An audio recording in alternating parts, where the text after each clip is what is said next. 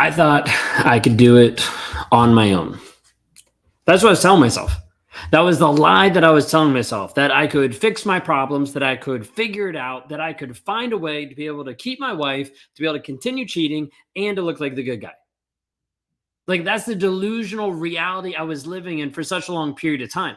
I keep telling myself this lie over and over and over, thinking that maybe I could figure this out.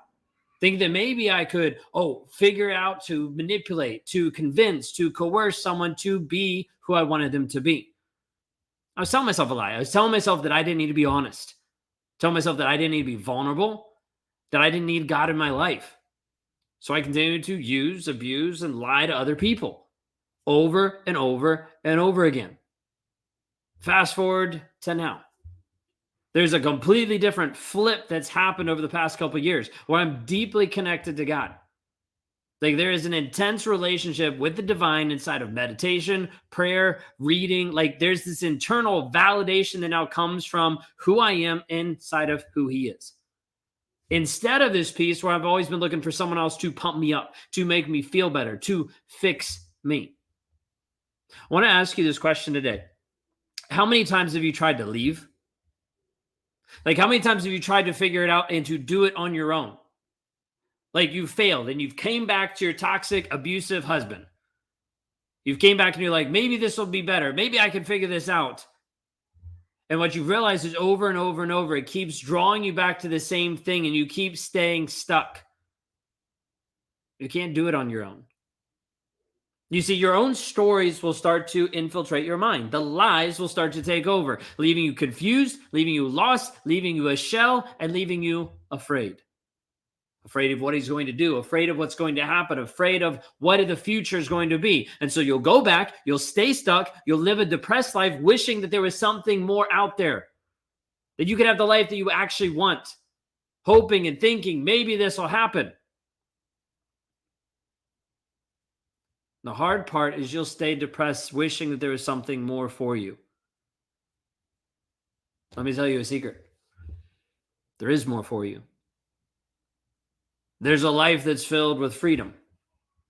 There's you being able to stand not just in this temporary happiness piece, but in actual joy, contentment. There's you standing in confidence and peace that right now you can't comprehend that at all. You're like, I don't even know what that feels like. There's purpose. There's passion that you haven't even experienced yet. It's by you raising your hand and asking for freedom. You being liberated from the toxicity. But otherwise, what's going to happen is you will stay stuck in your stories. You will stay stuck in the things that you believe. You will stay stuck over and over and over again. I was talking to someone earlier today, and they were talking about like the stories they believe. Like, what's going on? Why are they believing these different things? And until we actually heal the thought process, until we actually heal the stories you believe, you will stay stuck constantly. You say, let me show you what stories do. Actually, I wasn't planning this, so it's not even connected. Let me show you what stories do. Because sometimes people are like, my stories aren't that big of a deal. They're not that big. Stories are the thing that actually entrap you. And so if we draw this out really quick, and then I'll flip it up so you can see. Everybody is oftentimes stuck inside their own frame of reality. Their own stories, their own beliefs, their own lies, and their own rules. Draw it really fast, okay? So when we look at this, it's backwards for some of y'all, okay? There we go. When we look at this, you end up getting to the place where your stories end up trapping you. They end up leaving you stuck in this box. Maybe he's going to change. Maybe he's going to better. Just hold out a little bit longer. Maybe it's not him. Maybe it's me. All these stories will confuse and leave you stuck. You'll get to the place where you'll believe different lies. You'll believe different beliefs. You'll have different rules that will keep you stuck. And until you change the story that you believe, you will always operate in a place of scarcity. You will always operate in a place of uncertainty. You will always operate in a place of low self-esteem, low confidence, low self-worth. And as a result, you'll still stay stuck over and over and over again. And I need you to understand that until you raise your hand and say, I want freedom, and actually start to move forward, changing the stories you believe, your reality will continue to stay stuck in that tiny frame over and over and over again. I didn't want to believe the lies that I was telling myself.